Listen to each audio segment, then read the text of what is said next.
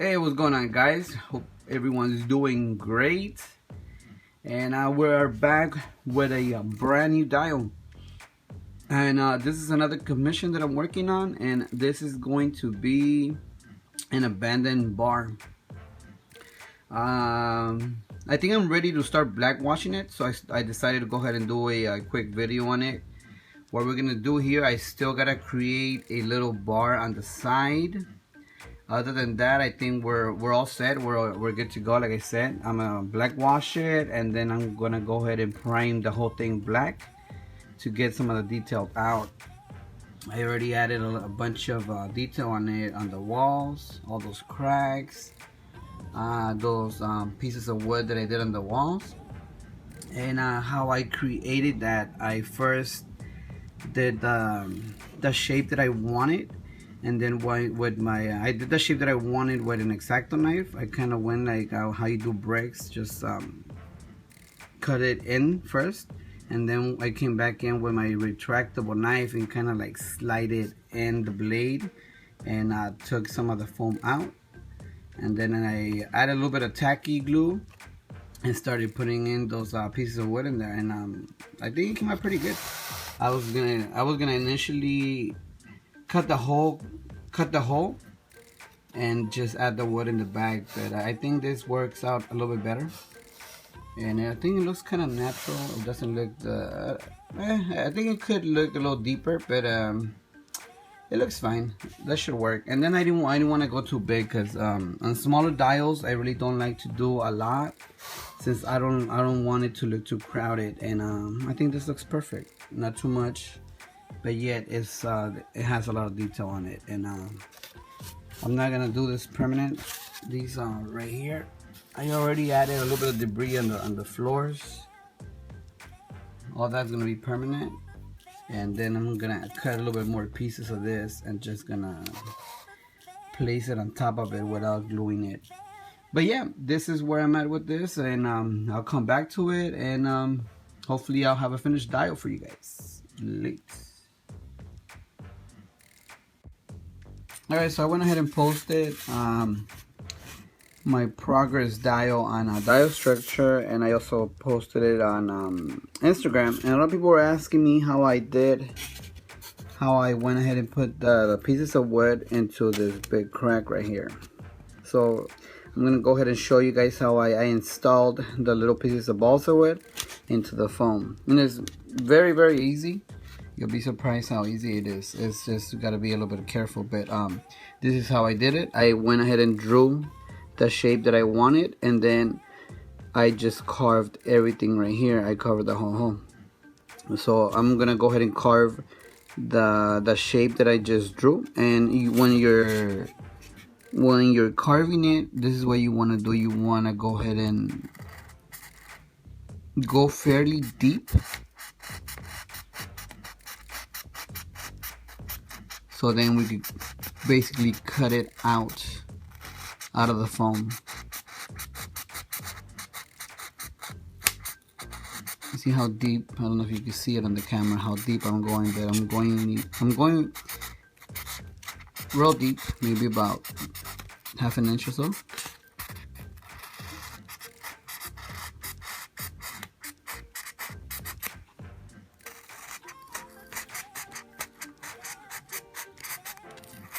Now what I'm gonna do is just gonna use my retractable knife, and I'm gonna go in there kind of on the side like this, and just cut it out.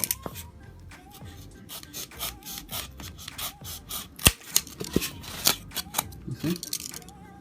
Then we'll use the other side.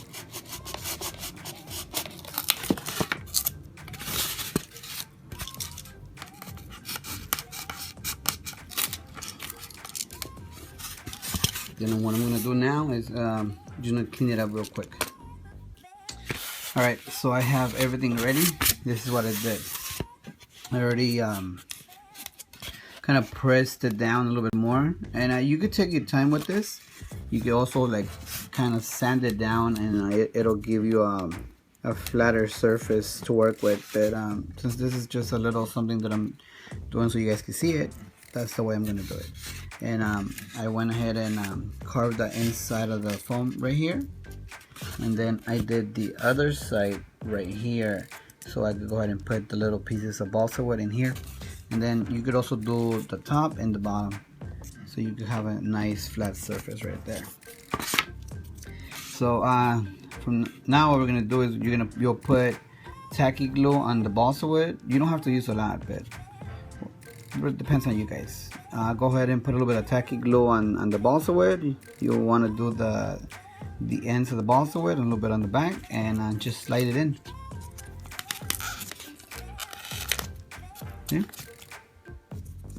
Then we'll do another one.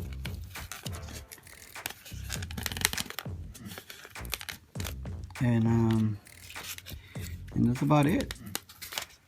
It'll give you the look that you're looking for, and you can put as much as you want or as little as you want, but once again, that's really up to you guys, whatever look you're going for.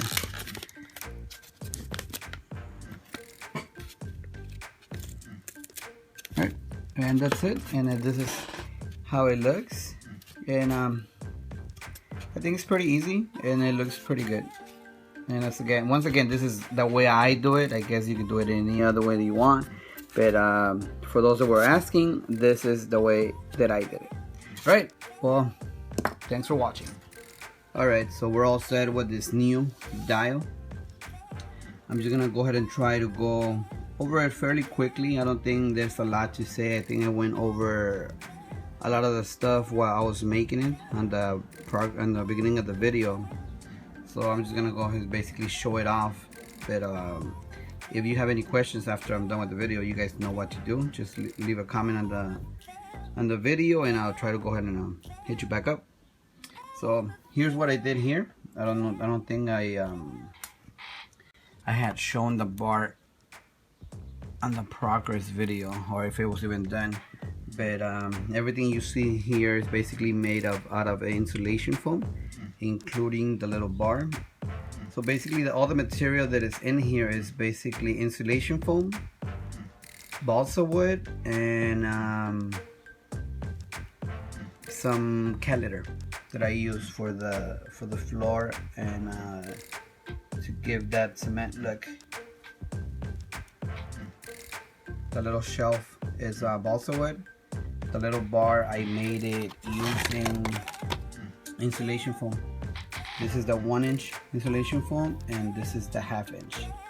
And this is how it looks from the inside. And what I use for my foam, I use tacky glue to glue it together, and then I try to seal it as much as I can on the inside, just to make sure it doesn't come apart. But you'll be surprised, tacky glue is really strong. Once you put it together, it's nearly impossible to take it apart. So that's why it really takes a longer time to dry, but it's worth the wait. And those windows that you see right here in the back, I created them using balsa wood, and the back is just plastic sheeting that I get at Hobby Lobby. And my posters are from Staples. What I do to my posters is I have to print them at Staples. Otherwise, if I do it here at home, when I weather them down, what I do when I weather them down, I use a little bit of coffee, and I let them sit there for a while. That's why they get that little yellowish look. But if I print them here at my house, I don't know if it's the ink or what it is, but they start losing the color, the lettering starts running, and it's a mess. So I'd rather do it over there, and besides it's cheaper. Pay like $1.80 for a full page. And right here is a little bit of balsa wood all the way around it. And all the way around it. There you go. And this door as well is insulation foam, and I just use a little bit of balsa wood for the frame.